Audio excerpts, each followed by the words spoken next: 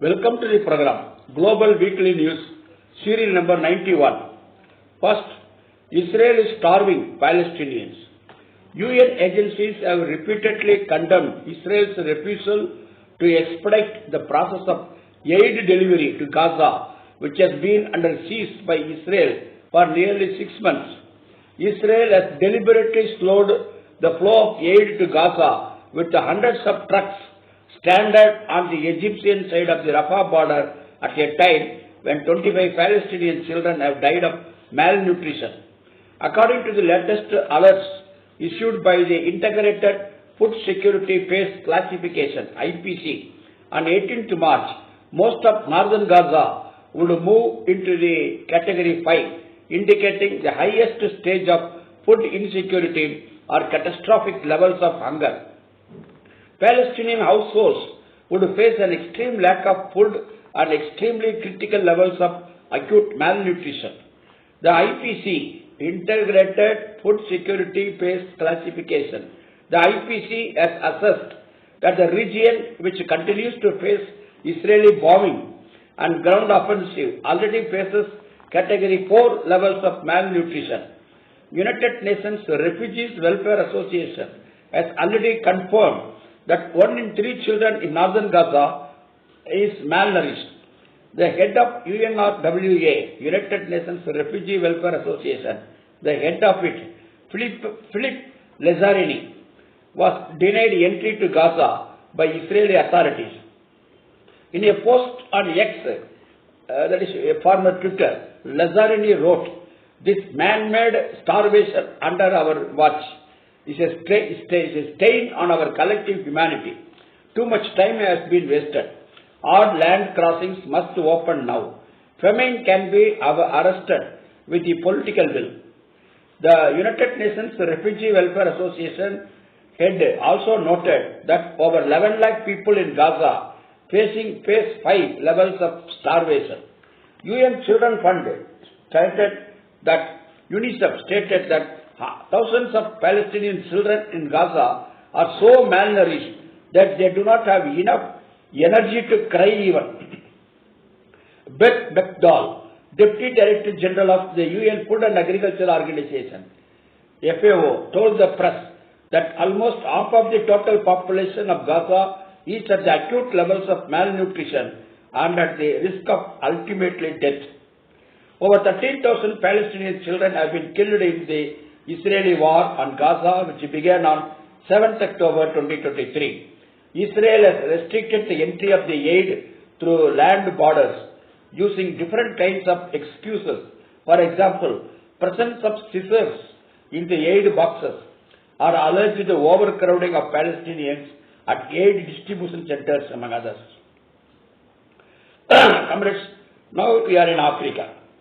Let's see what's going on in Niger. Niger is West Africa's largest country. In 2023 December, Niger ordered its former colonizer France to withdraw its troops from Niger. Niger has now said the presence of 1,100 US troops in Niger is illegal. This could be a major blow to the United States. A US delegation allegedly threatened retaliation against Niger for its ties with Russia and Iran. One of the world's largest drone bases is in Agadez, a city in Niger, on which US has spent about $25 crore. Outside the US embassy in Niger's capital, Niamey, protesters gathered on 16th March to denounce American interference. France's attempt to mobilize the economic community of West African states, ECOWAS, into a war against Niger failed to materialize. Mali, Burkina Faso and Niger have withdrawn from ECOWAS. Third, we are going to see Greece, student repression. Police crackdown on students in Greece. Student youth groups and working people in Greece have condemned the crackdown unleashed by riot police on the students of the Aristotle University on 16th March. The police raided the Faculty of Sciences at the university. They arrested 49 students who had been protesting the conservative New Democracy government's bid to allow foreign private universities to set up branches in Greece. Various groups, including the Communist Party of Greece, the All Workers Militant Front, PAME, Communist Youth, Student Struggle Front, Greece Women's Federation, Trade Teachers Unions and Parents Associations have condemned government's repression on students.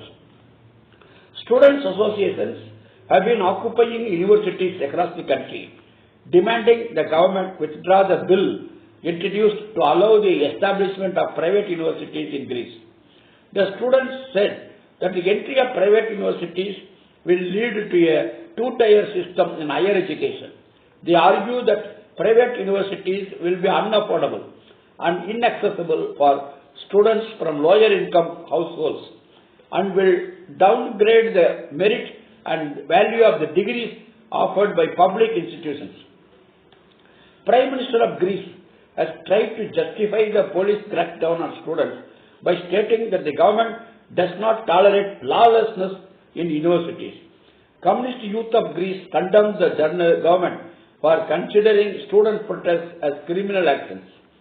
The government faced widespread protests from the students and civil society over a controversial decision to place police garrisons inside campuses to increase surveillance.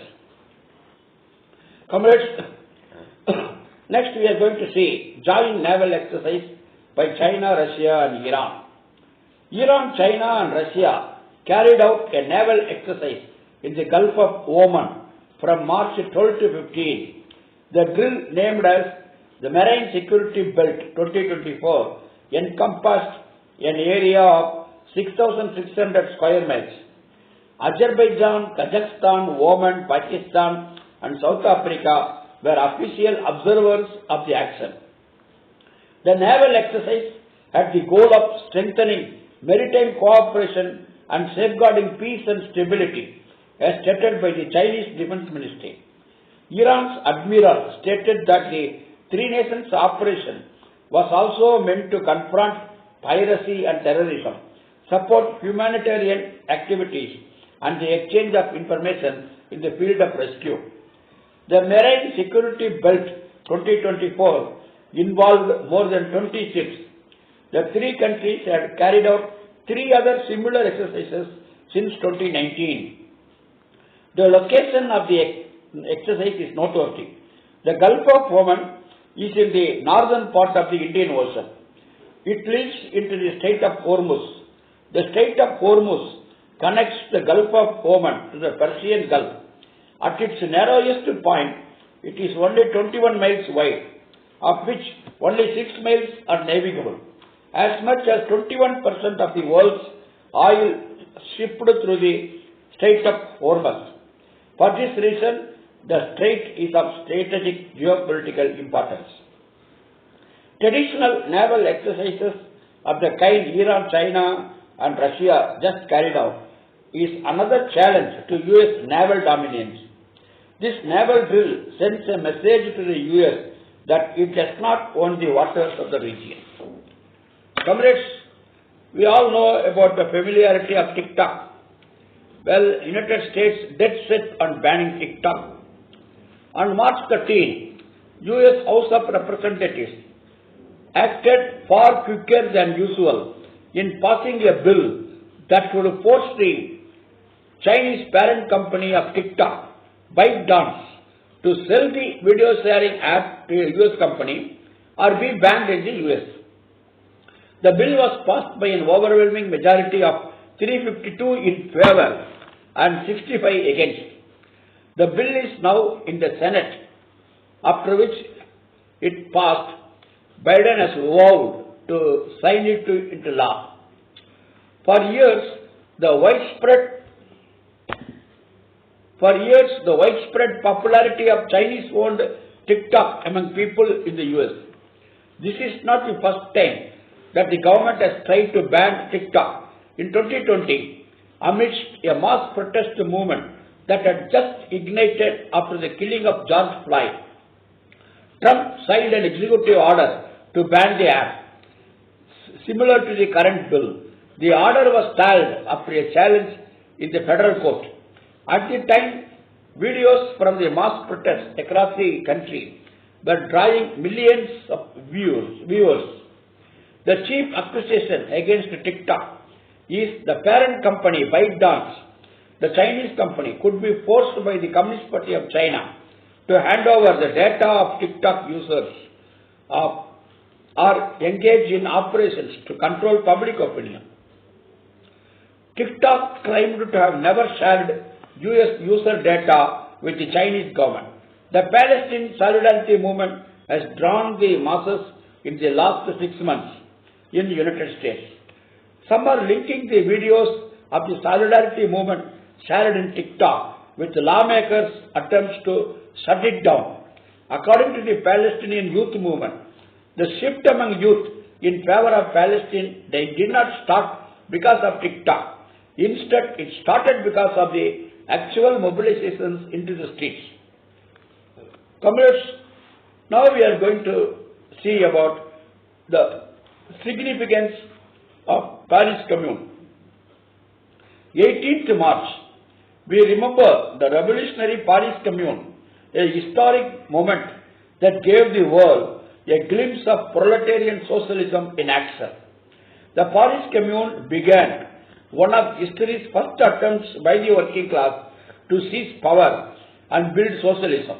In March 1871, mutinous National Guardsmen joined Paris workers to overthrow the bourgeois government and establish a proletarian administration run by workers' councils.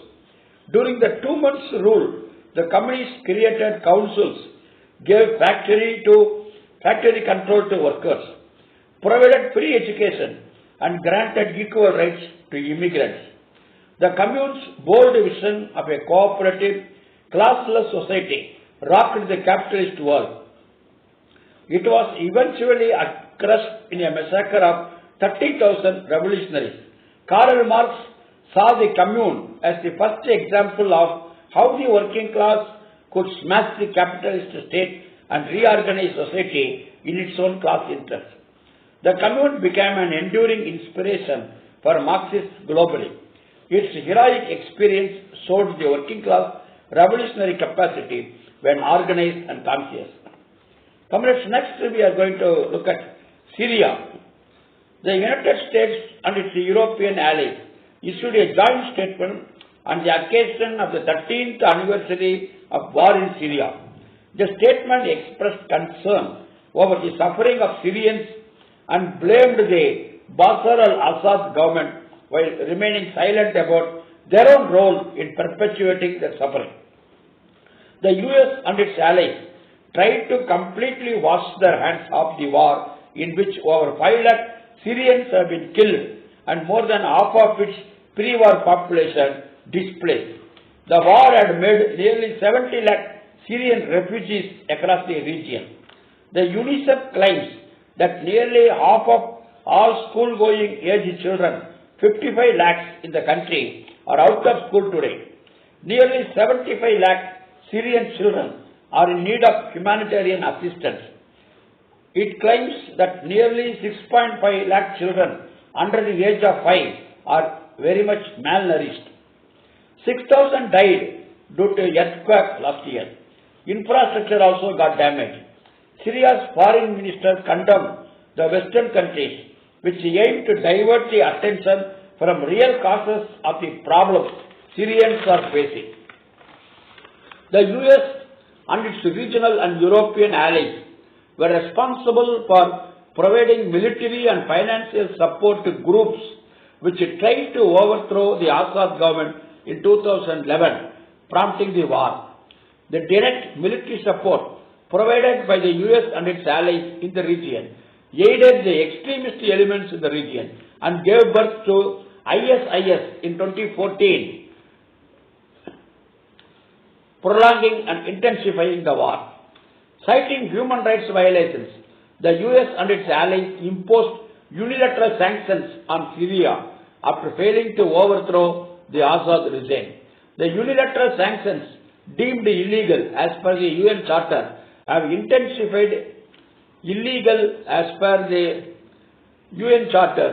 intensified the suffering of the Syrian people by preventing imports of essential commodities, including medicines and food, pushing their prices. Even electricity supply was in trouble. US and its allies did not help Syria to arrive at a political solution. US forces illegally stationed in Syria allegedly loot crores of dollars worth of the country's oil revenues every year. US forces looted crores of dollars of food grains in the country, which is heavily dependent on humanitarian assistance. Israel and Turkey, two of the closest US allies, have carried out fatal military interventions and strikes in Syria repeatedly in the last 13 years. Then we are going to see a strike by app-based drivers. They boycotted Chevron. The International Alliance of App-Based Transport Workers, IAATW, announced a boycott of all gas stations linked to US fossil fuel giant Chevron for its complicity in Israel's ongoing genocide against the Palestinians.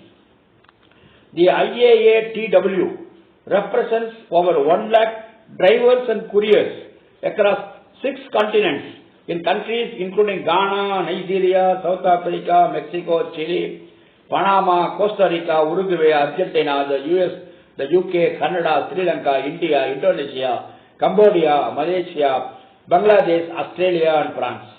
Inspired by the 1987 oil embargo against Shell for its role in South African apartheid, its app-based passenger transport sector for companies such as Uber, Ola, etc., reiterated Palestinians' calls for actions and pledged to boycott the thousands of Chevron, Texaco and Caltex, Chevron subsidiaries, gas and petrol stations worldwide.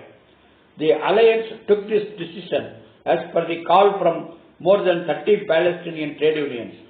Chevron is directly supporting Israel's politics. Lastly, we are going to Venezuela.